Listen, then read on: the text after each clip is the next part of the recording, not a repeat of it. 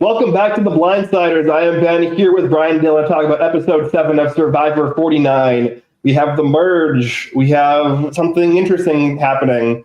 We have a lot to talk about. Yeah, but I don't want to bury the lead.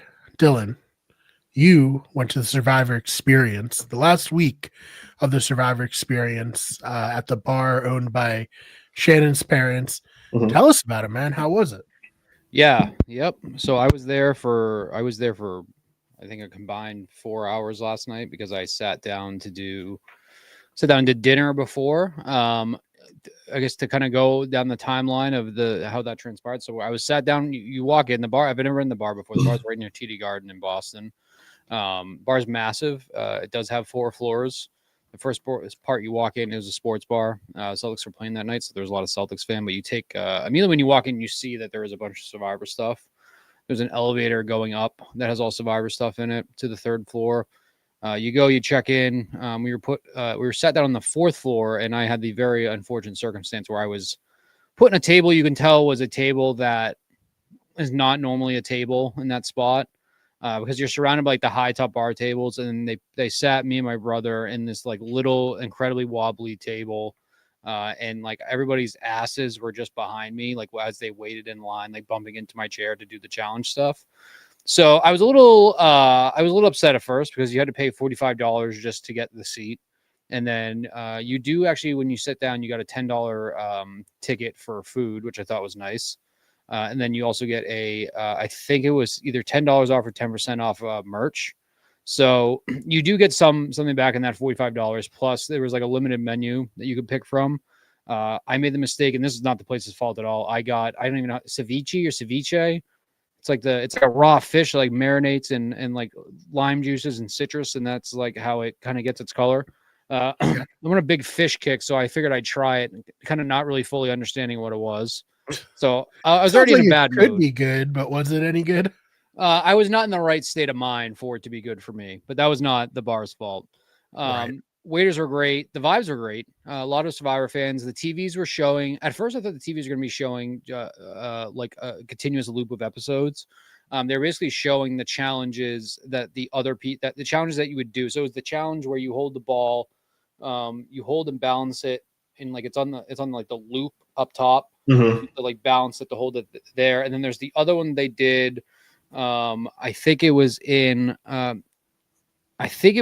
Heroes versus Hustlers, not Heroes versus. It was I think it was Heroes versus Hustlers versus, or it was whatever season Ty's first season, whatever that theme was that year. Was Cal Rung was the one that had the one that I'm talking about. Where it's like the flat plate, and you have the balls, you got to balance it, and then you have 3 balls, and then they fall off. Yeah, those are the 2 challenges up there, and then on the 3rd floor. So after we were done eating, I got some merch. I bought 2 shirts, one for me, one for my wife. $40, which I thought was not bad for 2. Then we went down to the 3rd floor. The 3rd floor was a whole different vibe. It was quiet. There was 100 tables down there unopened, so I'm not sure why I sat at the little like fold-out table in the middle of where everybody was standing. But down there was the winner's wall, and they also had a new challenge that has not been done yet, and it's going to be done in this season. And it is essentially there's a ball in a bird cage. You're giving 2 long paddles that have like a spoon like end to it, and basically you have to get the ball up the cage. The cage has like levels and slots. You have to get the ball up the cage and through a hole in the top to pull it out. I assume it's going to be something that's part of like a larger challenge. You know what I mean? Where it's like a step to getting a ball. I do wonder if maybe it is getting a ball to drop and do the challenge I told you I didn't want to see anymore at the end. I wonder if there's a fun little twist for that. I won. I beat the 2 other people I went against very quick. It's very quick though. Basically, my trick was I went level by level, and I think a lot of people tried to get it up as high as they can, then do it, and I just did level, scoop. Mm-hmm. That was cool. A couple pictures. I became like the de facto picture guy for everybody that wanted to take a picture with the Survivor sign. That's where my standing spot was. Mm-hmm. And so things really did turn around. Unfortunately, it does not look like very many winners, at least, have been in since the opening night. Because I remember the opening night, there was Jeremy, Ethan, Natalie, I think maybe Michelle was there the opening night. I know Sophie was there. But since then, it doesn't look like anybody else has signed it. I saw that Wendell had been signed it. And I know other non-winners have been since. Like my brother had a conversation with Jake, and he said that Jake was just an absolute delight to talk to. So there's definitely been Survivor alum that have been there, but in terms of winners, not a whole lot. Yesterday I saw that Tyson and Rob were together. I got very excited because I'm like, oh, maybe they're gonna be here, but they're at the poker. I think the World Series of Poker. So then we had seats for the viewing at the bar, and that was awesome. We had great seats for that. The vibes are awesome during the viewing party. You can hear everything. Everybody was into it, even the bartenders and all that. Great episode, like we're going to talk about. So that was a plus. It ended up being a really good night after I got out of that whole dinner ordeal. But it was very cool. It was well done. I think that for the space they had, they did the best they could.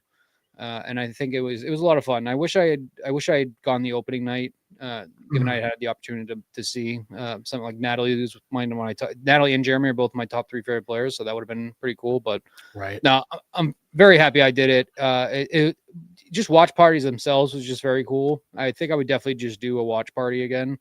If the Survivor Cafe comes back, if they end up somehow doing it like each year, I would go just for the watch party, to do that. That was a lot of fun. So I'm glad I did it. It was a fun experience.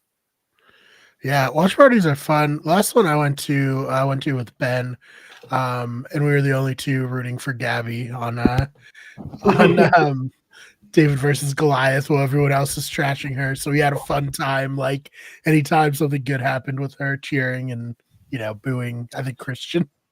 Though it didn't end well for us that evening, unfortunately. But it's really fun. It's almost like a sporting event to watch live with people. Yeah, I was a little concerned of audio, but I could hear that all the TVs going. I had a great view. I had 2 TVs in front of me. It's definitely all about where you end up getting seated for a lot of it. You have to say for dinner for me it was really unfortunate, but I think I was the only bad dinner seat you could get. All the other seats were normal seats, high tops. Same thing for the viewing parties. Some seats you would have to turn around to watch the TV, but it was a really positive experience. And then there was also a Celtics game going on at the same time, so there was just a lot of people around the streets after. Were a lot of people. Traffic getting home was brutal, but other than that, it was a solid night. So, and it was a good episode. That's honestly the most important thing. There was a big audible cheer when we found out that we were getting as legit of a merge as we've gotten recently. So that was a big plus. And I overall, it was good. It was, like I said, it was a good experience. I would do it again. I would go to that bar again. It was a good time. Yeah. I want to ask you guys about the merge. Do you think there's any chance that, because we got to vote on it, right? It's part of the season 50 thing. Do you think we saw like a big contingent of people voting for the regular merge? 95% don't do early merge. Yeah, they're like, all right, we'll just do the regular merge. Let's get the ball rolling this one. You can still do a fuck ass challenge, but Well, okay, we talked about this with 48, and this is kind of something I want to bring up. Where like this was like basically not significantly different than what they did for 48. It's just that in 48 they still didn't call it the merge, and like that's why like Jeff's whole thing when he's like explaining it and then giving them the buffs and saying, "Oh, you're merged," like he made it seem like it was obvious, but like last season.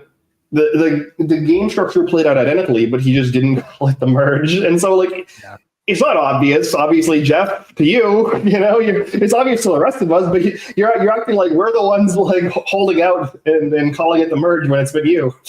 Right. Yeah, that's a good point.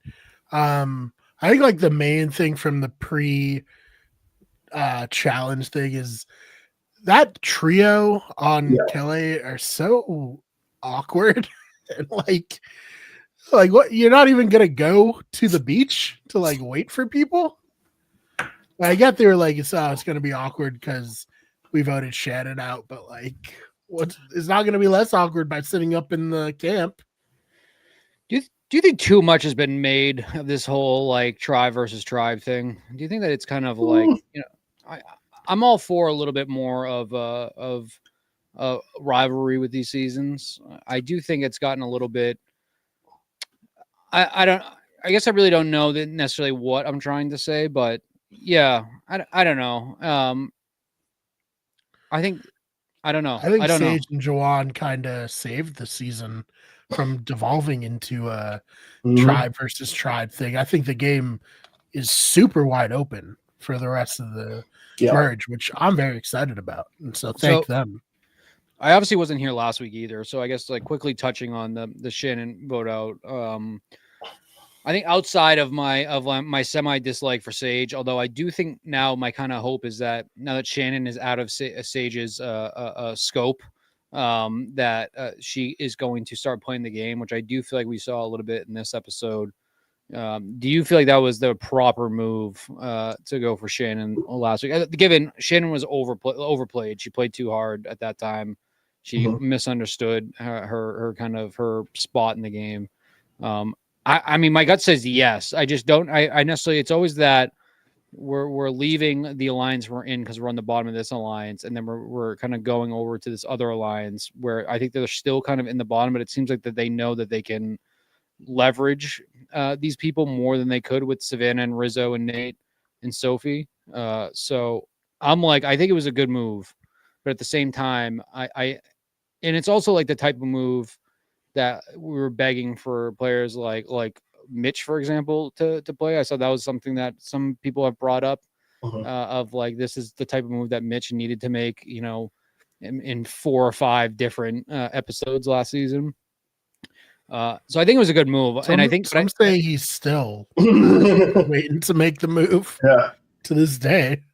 I think it was more so Shannon overplayed and was playing too hard and kind of forced it upon herself more so than that it was like the proper move for them.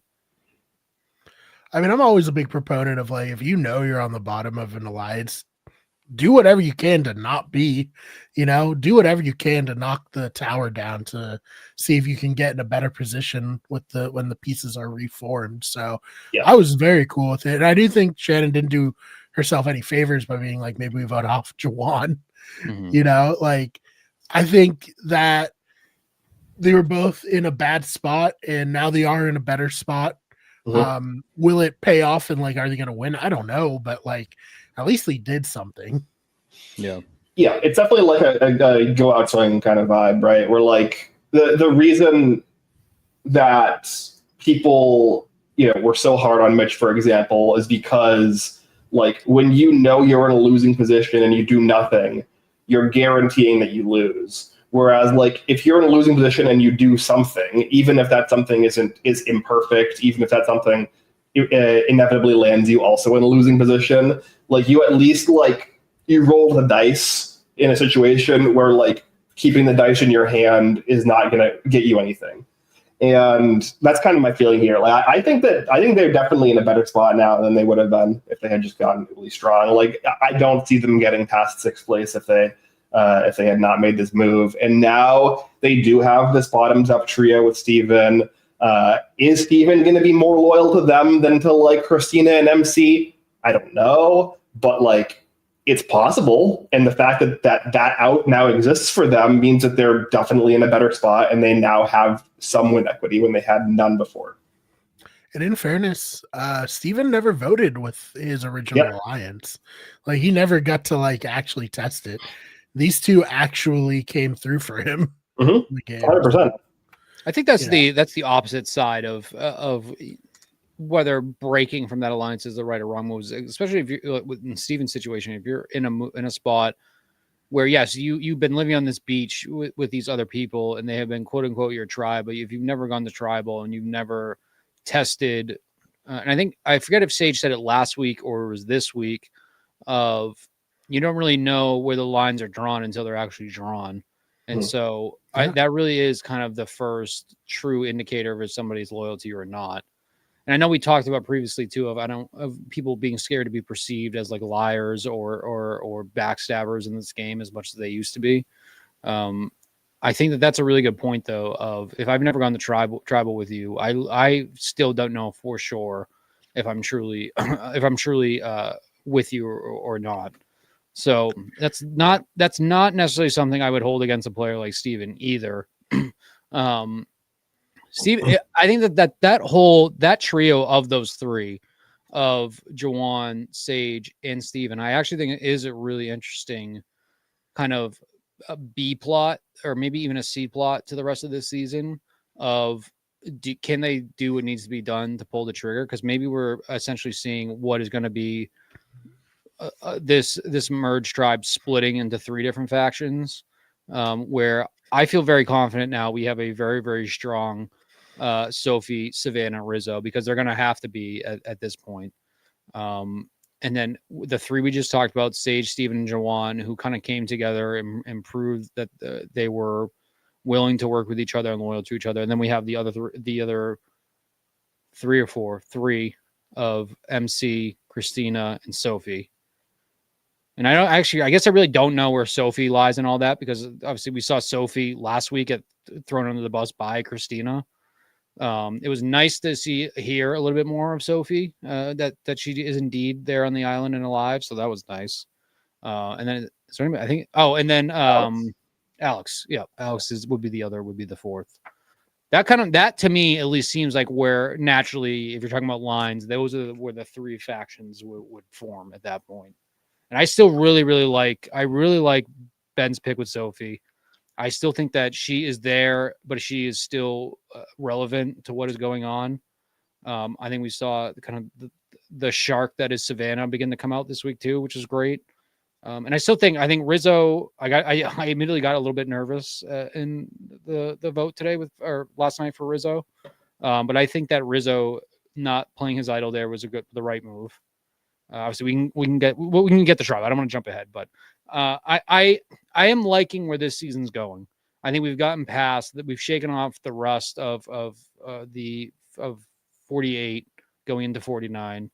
I think that we've gotten rid of the weaker players for this season. I am looking forward to the rest of the season after being completely out essentially, 2 weeks ago. So that is a positive. Yeah, I don't think that this bottoms up trio was a C plot, or maybe even a B plot. I think right now it's the A plot, right? Like, especially like just looking structurally at the way the game is set up. Like, Steven is in a crushing strategic position right now. Like, if the narrative of the season wasn't so kind of wonky and misbalanced, like, I would be like saying like lock Steven in for the end game, one of the more likely people to win.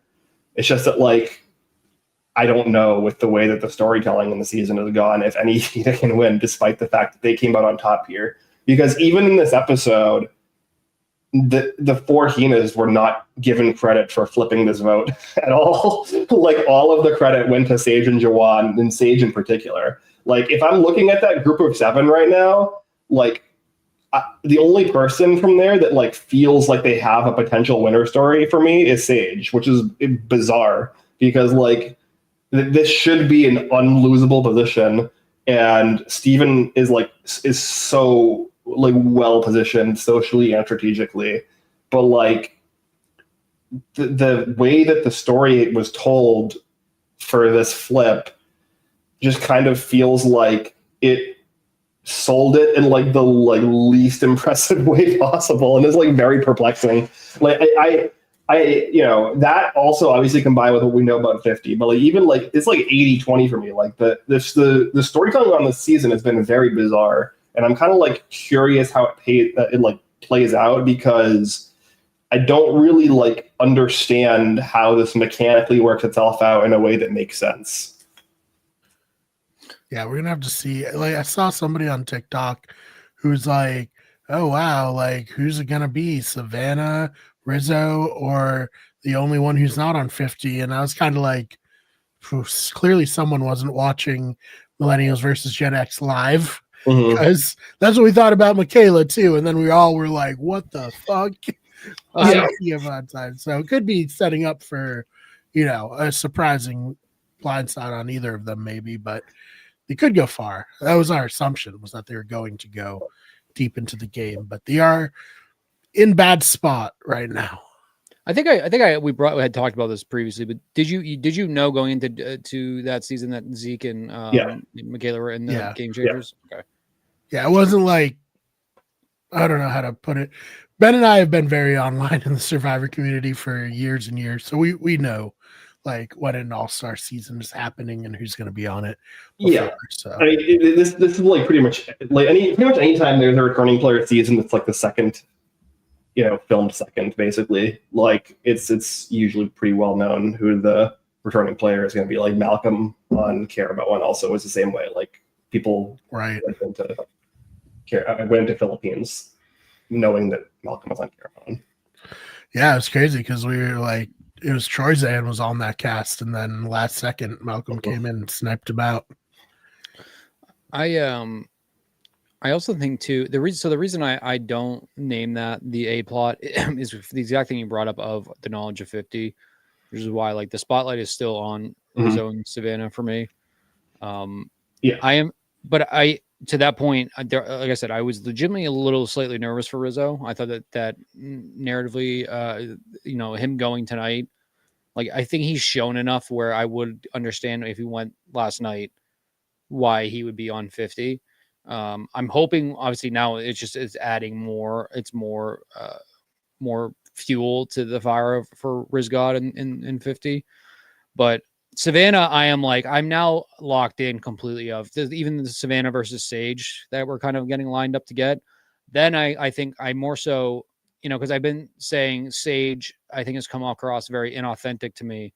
Whereas now that we've been exposed to her a little bit, and maybe a lot of the stuff with Shannon was a little bit too built up for cameras, where now I do think everybody knows somebody like Sage that kind of just hates everything and everyone that is kind of like a little bit corny and cheesy.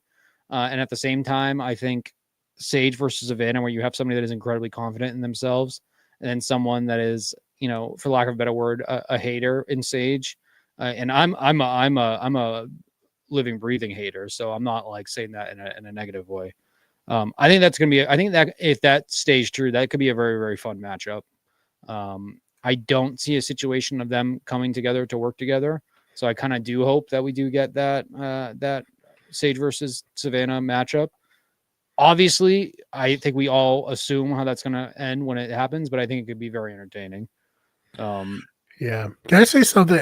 I'm not sure if this will be popular at all because I do like Savannah, but the way she talks to people is very like a mother talking to a child. Yeah, it's very patronizing. Yeah. And so it's like, her like direct, like look into like, listen, I want to work with you. I think we can work. It's like if someone was talking to me like that, I'd be like, oh my God, I hate this person so much. Like it doesn't feel like she talks to people, she talks at them or talks not like super down to them, like she outright doesn't respect them, but she has like this.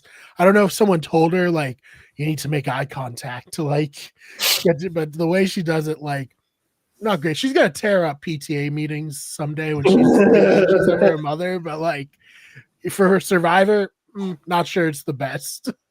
Much like life itself, there are subs and there are doms, and I think in Survivor there are 2 subs and doms. And Joanna's a Twitch.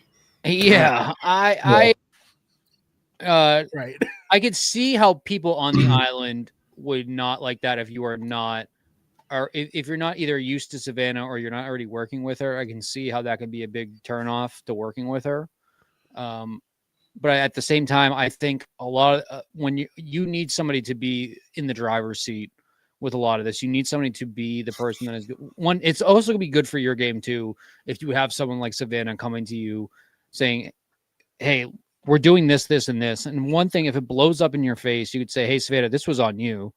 And then if you ever get down to a jury, you could say, "Hey, this was Savannah, not me."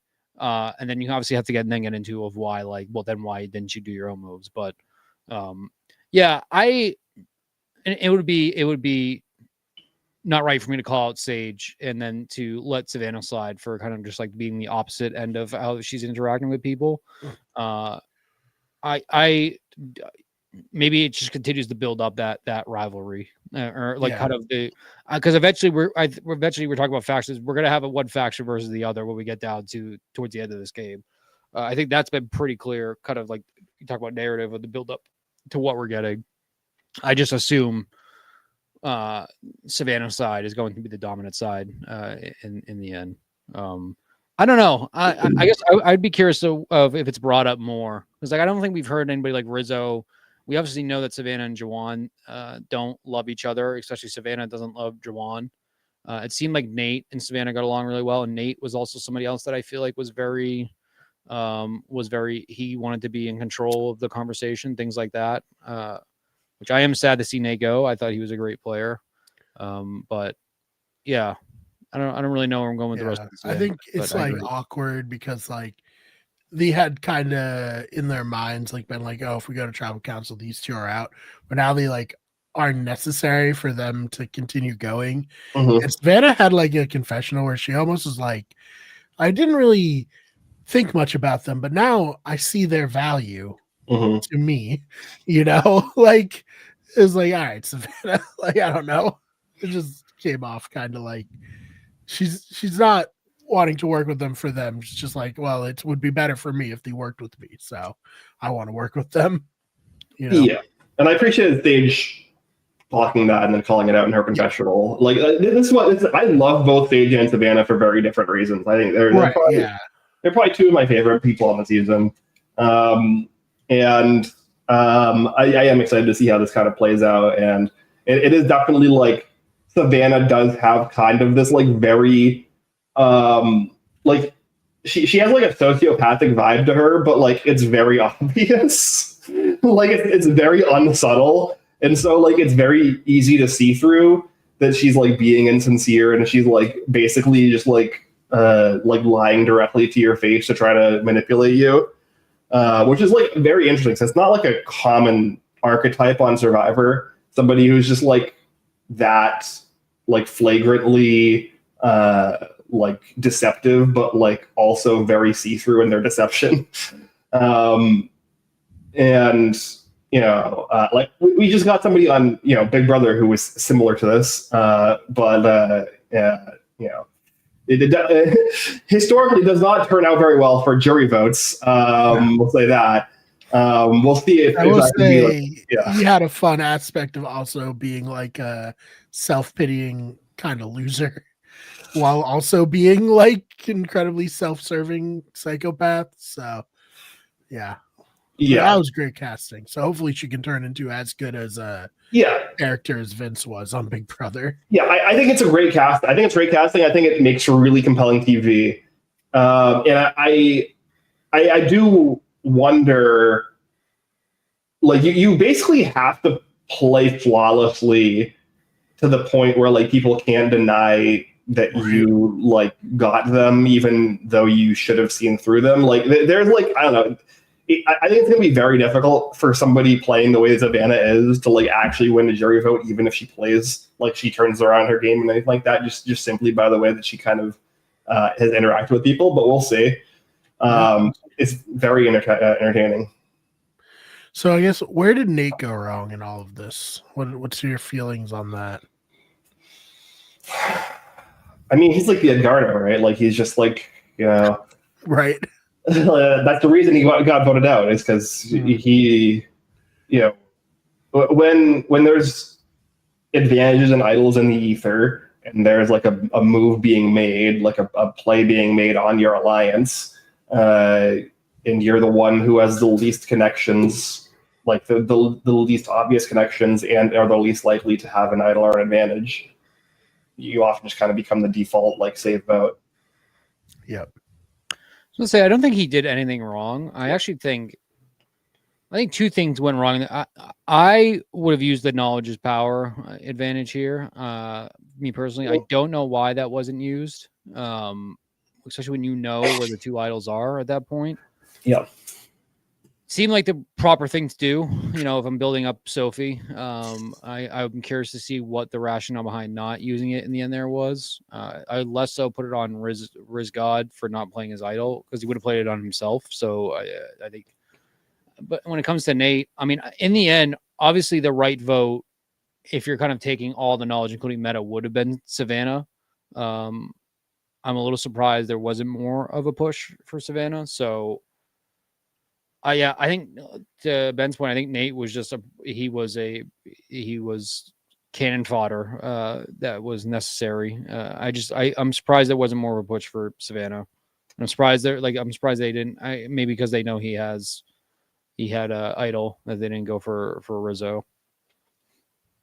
Yeah, I think keeping Savannah around makes some level of sense compared to Nate, right? Because like Savannah, as we just talked about, is very unsubtle in her gameplay, and she's abrasive towards the people who are likely to flip back.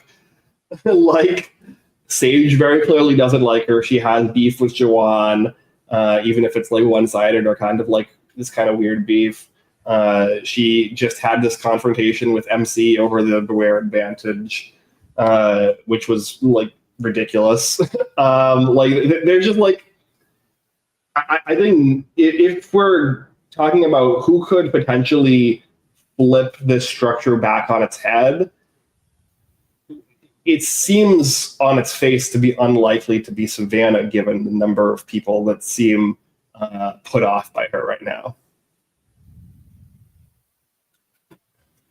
Yeah, we'll have to see. But I know we gotta out here. So I guess, Dylan, anything that we didn't talk about that you wanted to bring up before we sign off?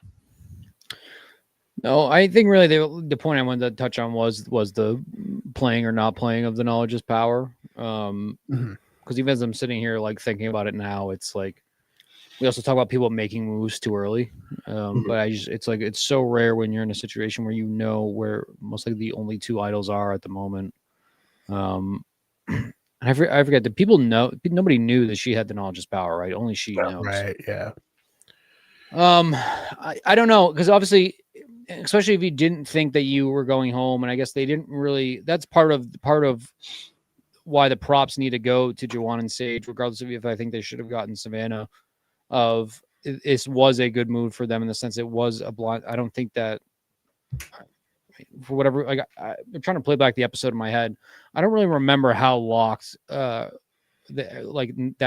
Nate and Savannah and Rizzo and Sophie thought Jawan was and Sage, but especially Jawan. So I think also because we knew there was two idols and there was some of the knowledge's power, I kind of overlooked the move itself by Sage and Jawan and like that whole power structure of being the swing votes there. And I guess Alex is like another one where I think Alex is in an interesting predicament where he has kind of turned himself into a swing vote with Steven, where it's like, that's what I mean by the three factions. We always have a whole faction of everybody that is the swing vote, which I guess that's how swing votes work. Yeah, I don't know.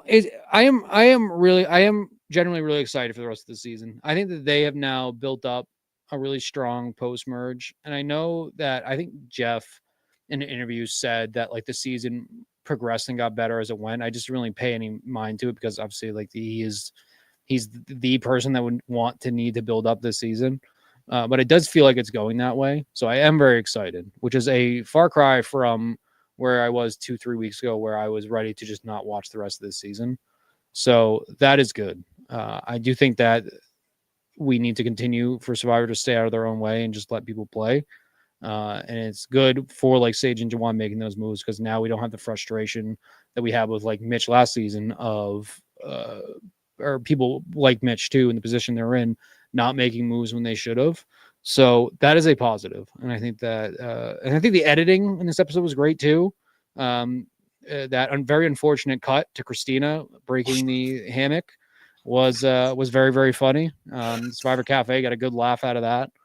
I think stuff like that is great. And it's not meant to be like mean or anything like that. It was just perfectly timed with I forget who was talking. I forget if it was Jawan, Steven was talking. So that was great. And that's entertaining. And that does play into outside of gameplay, stuff like that. We're getting more of that now. And just everything was just so boring and one-sided at the beginning of the season. It's just nice to see that change, even if we have a pretty good idea of what the end results are. So no, that's kind of my end talking point is I am all aboard back on Survivor again. I think we're going to have a really good, I don't know, we have 8 episodes left, I think 8-9 episodes. So very much looking forward to it. Yeah. Ben, anything that we didn't touch on that you wanted to? Yeah, the only thing I want to talk about as well was I know a lot of people were not happy with Jeff bringing up Survivor 50 to the players of the challenge as like kind of a, hey, the season's been a little bit boring. There's spots open on the next season. It's going to be a huge all-star season. Pick up the gameplay and maybe you'll get on. And then we get this move. Like, I don't know. I don't think I feel like it's more of a correlation versus causation thing. I could understand being upset at this if it like led to some kind of like big movitis situation where people were just doing things just to be flashy and it was bad gameplay. Because I think, historically, Brian, you and me have been critical of people like playing for the return and like doing stupid things just to like try to like obviously making good TV is good, but like making moves specifically so that you can return in a future season as opposed to like just playing well is bad, I think, from my perspective at least. But that's not what happened here. And like we've said, the flip was good for Sage and Juwan. This wasn't big movitis. This wasn't like making a move for the sake of making a move. So I don't really see the issue, at least from a results-oriented perspective. Yeah, this was set in motion last episode anyways. Like This was their plan and what they were going to do. So, I think it's interesting. I'm sure there is a little bit in the back of their head, like to prevent a Mitch situation, there's probably not going to be someone like Mitch this season because there is going to be that little voice in the back of their head, like, but if I do make this move, maybe, I get to play again in a couple weeks. So we'll see. All right, Dylan, anything you want to promote before we get on out of here? No, before I do forget, because we haven't gotten a whole lot out of her, but she's a player I like a lot, is MC. I think everything with MC with Finding the Idol was good. I like that Steven Savannah and MC a lot. Once again, see the shark that is Savannah, but also I find MC very, very likable. And I also think playing the Idol was the right move for her to, one, get the target off her back. Two, it very easily could have been her tonight if she thought that it, you know what I mean? Like, it very easily could have been MC. So I don't knock her for playing it. I actually think it was a smart move to just immediately kill it. And then you have a chance to maybe find it again tomorrow and not have everybody know about it. So I hope to see more of MC. She definitely feels like somebody that maybe potentially makes, maybe like final 6, final 7, and then loses a challenge and is easily voted out.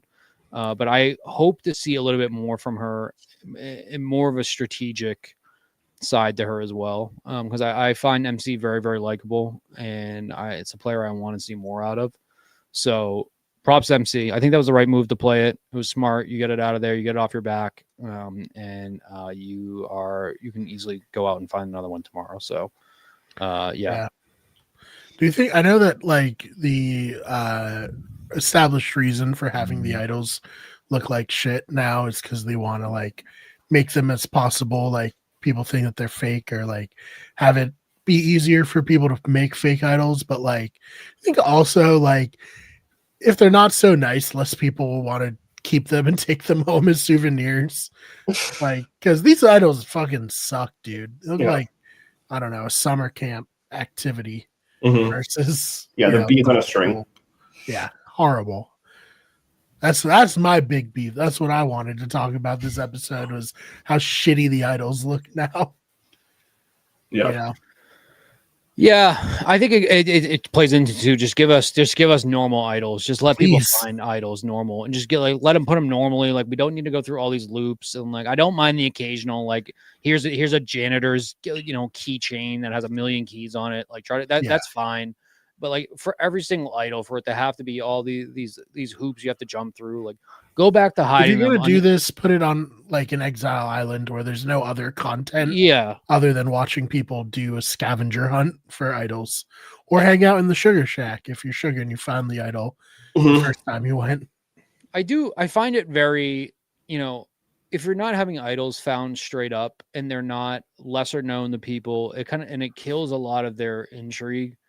If you're not doing that, then do that. Do an exile island where it's more exciting to see whether or not they get it or even I think token change was like there was only one, wasn't there? There was like one idol, and you didn't know if somebody got it. Am I making that up? There's No, a the- scene You where went it was with like that. two people, and one person got no clue, one person got a clue, and then the idol was hidden at the Yep. same place back at their camps. Yep. Yep. It was in the tree mail and the little like it was in the ass of the tree mail. Yeah. I think more of that, more of like hiding it like in challenges. I always love when someone's able to find it in a Mhm. challenge. And I'm not talking about having it in like a bag of chips or popcorn or whatever. No, yeah. Like I'm talking about like having it, like, style, Kelly Wentworth.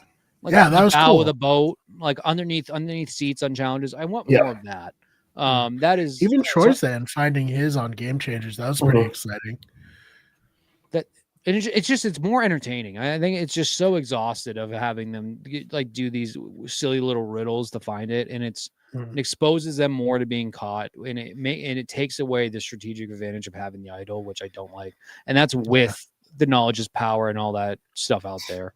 So I think that's a valid complaint, and I think that it is something that I hope they fix, but I doubt that they will. Yeah, I love the challenge too. And one of the seasons that Ben and I helped film, we did that twist, and like I just remember like trying to get the shot, but not trying to be obvious that I was like getting the shot, so the player who found it wasn't like outed by me for finding it. It's like cool. It's a fun moment of tension. Like, oh man, are they gonna get it or not? So I would love if they brought that back personally. Mhm. Yeah. Well, Ben, anything you want to promote? No, not really. I mean, I've been watching Traders UK celebrities in a wrap up this week. I think maybe already wrapped up. I haven't watched the finale yet though, and so no spoilers on that. And then I've been watching Traders Canada season 3. I'm also I think behind an episode on that, so I'll have to catch up on that as well. But yeah, both really good seasons of the Traders. I saw a clip of Omar, and I was like, "Oh man, I love Omar. I gotta watch this season."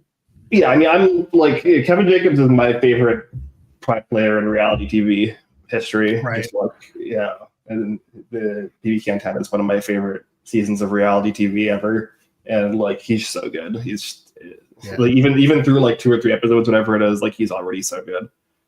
That's awesome. Yeah. Yeah. Soon, Traders US. Mhm. We'll be covering it. Meet Your Breakfast. Check that out. So on TikTok, I actually, I had a Blindsiders account. I had a Have Not Room account. I decided to turn the Have Not Room account into a new account called GameBots, where it's just going to have all of our clips from our various podcasts on it.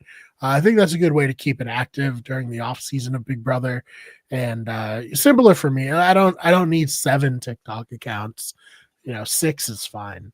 7 is just one too many. So yeah, go check out GameBots. It's at GameBots Pod on TikTok, and eventually I'll make a feed for all of our podcasts to go on just that. But yeah, until then, check out the main channel. We get everything. I did a new video. Survivor deserves a better video game adaptation. So go check that out. I'm sure if you like this, you'll like that. And yeah, check out our other channels, Those Fake Nerds, Wicked Scary, This Is Better Radio, our podcasting channel, and Wicked Good Sports. And thank you all so much for watching, and we will see you in the next one.